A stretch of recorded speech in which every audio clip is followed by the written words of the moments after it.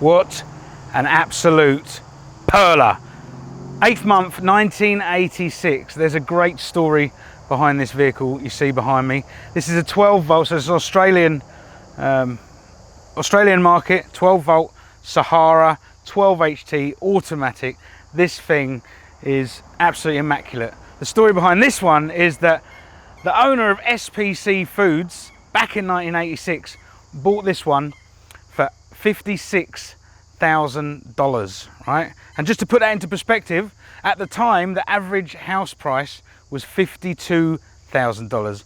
So you had to be the man, the baller, to own one of these bad boys back in 1986. And it's, as far as I'm concerned, still got that attraction to this day. Just look at it, it's an absolute beast. So the owner of SP Tools owned this and had all the bells and whistles of the time put on it back in 1986, and he owned it until the 80 series came out. And then he had the 80 series, he passed this down to his wife, and the same thing happened until the 100 series came out. His wife got the 80 series, why I don't know, but anyway, and then the poor old 60 ended up in the shed and was in the shed for 7 years. They had a big tidy up and they phoned the scrapyard and said, come and get this piece of junk.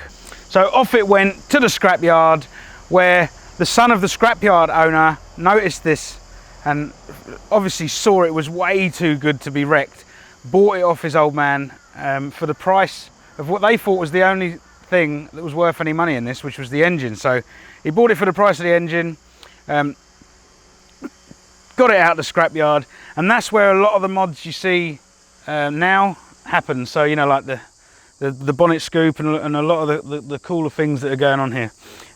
Now Jesse has then got involved. Jesse's the owner that we know now, the third owner, and he bought it up in Cairns back in April of this year.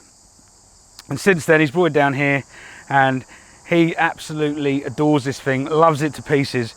Hence why it's in a Mr. Landcruiser. He's got big plans for this vehicle. We've been right through this thing mechanically, making sure that it's A-OK for the future. Jesse's got it booked in down the road at our painter, who's in the same street as us. He does all our work, so Jesse knows he's in good hands there. And then into the future, he's talking, you know, rear draw systems. This thing, he wants a tour. So him and his missus want to go off around Australia and do the big lap in this vehicle. So very, very cool. Now, interesting story about the paint. The paint is not actually a Toyota colour. The owner of SP Tools had it painted this colour back in 1986 to match the logo, the red in the logo of SPC Foods. Did I say Tools? Yeah. Yeah. Cool story about the steering arms on this one.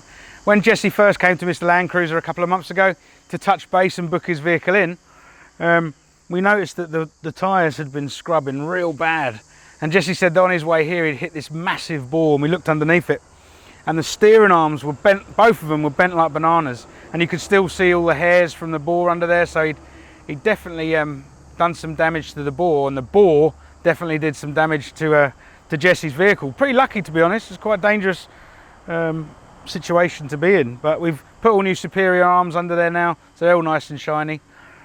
Moving back through this vehicle, we've just got a little snorkel going on here. We've got the nice big chrome mirrors, genuine ones as well, in really good condition. You don't see that very often, and they're electric, so they're controlled by inside, and that all still works. Very cool. Moving back, we've got the big double tyre carrier swing arms on the rear. So we're in discussions about changing that out for a more modern one, maybe the McKinnon's Cruiser setup or something like that, but that's all future down the line stuff. Look, let's go inside this thing. You've got to see this interior, and I'll talk about what we've done in there. Right, this did not always look as tidy as it does right now. We've got, there were gauges everywhere. There was one gauge here, there was a gauge up on the pillar, there was one down here, so it was like you didn't know where to look see what your engine's doing. And what we've done, Jesse really wanted to consolidate them up the A pillar. So this is actually an 80 series pillar pod, and we've just trimmed it slightly, moved it around, and mounted it up here with all of the information that he had on all those gauges. We've just consolidated it up here on the A-pillar. So we've got boost, exhaust gas temperatures, we've got oil pressure and water temperature, and then we've got oil temperature, and we've got transmission temperature as well. So Jesse really wants to look after this thing, so all the information is here on this pillar, so you can see if anything's playing up or temperatures are going awry or anything like that. It's very cool. Exactly what the customer wanted.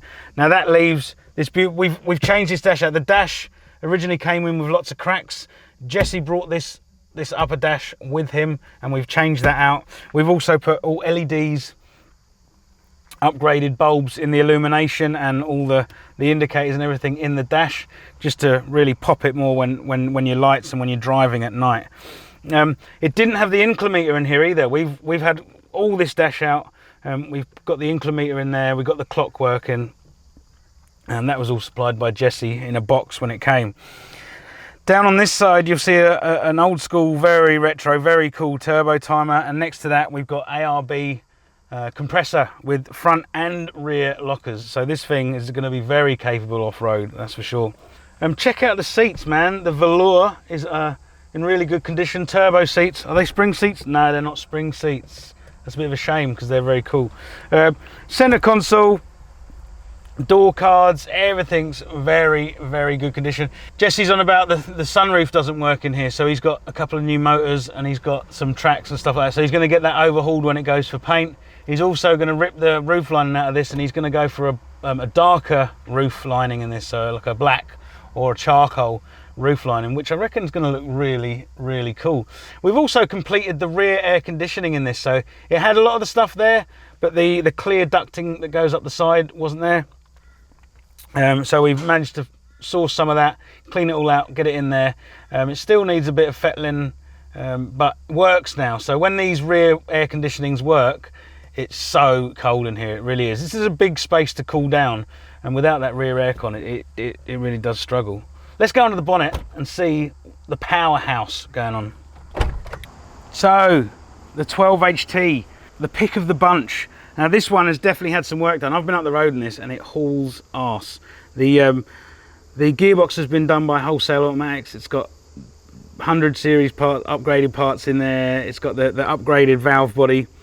But there's definitely been work done to this engine. You can see the exterior of it. We've got a top mount intercooler here, hence the scoop in the bonnet, and all the aluminium pipework that's gone on here to make that work. It's very cool, and it really does move this thing.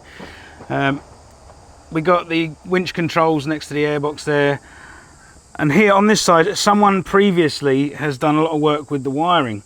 The concept is really, really cool. They've housed the overflow bottle in it. We've got some relay spots here. We've got the solenoid for the dual battery just to the side here. And it's actually really well done. I like it a lot, actually. I'm going to take some pointers from this, I think. We've put a new dual battery in there because this had an AGM battery under the bonnet here, and you can imagine the temperatures, especially that battery being on the turbo side of the engine. AGM batteries do not like heat, and it was completely dead, and it wasn't even that old. It's a bit of a shame, really. So we've got a deep cycle lead acid 105 amp in there just to run his future fridges and stuff like that. Really simple setup. There's not a lot else going on under here at all, actually. Don't stop it. I reckon that's cool. And you go, really? And then all of a sudden you... Yeah, okay. do that, Simon. Did you hear that? Yeah, cool.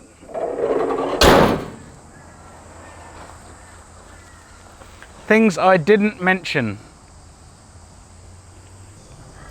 Things I didn't mention, and how could I miss them, is the 3XM rear windows. Very cool addition if you want to pop them up, get inside there. I've seen lots of different setups in the back of 60s to make that to make the most of getting in the side windows.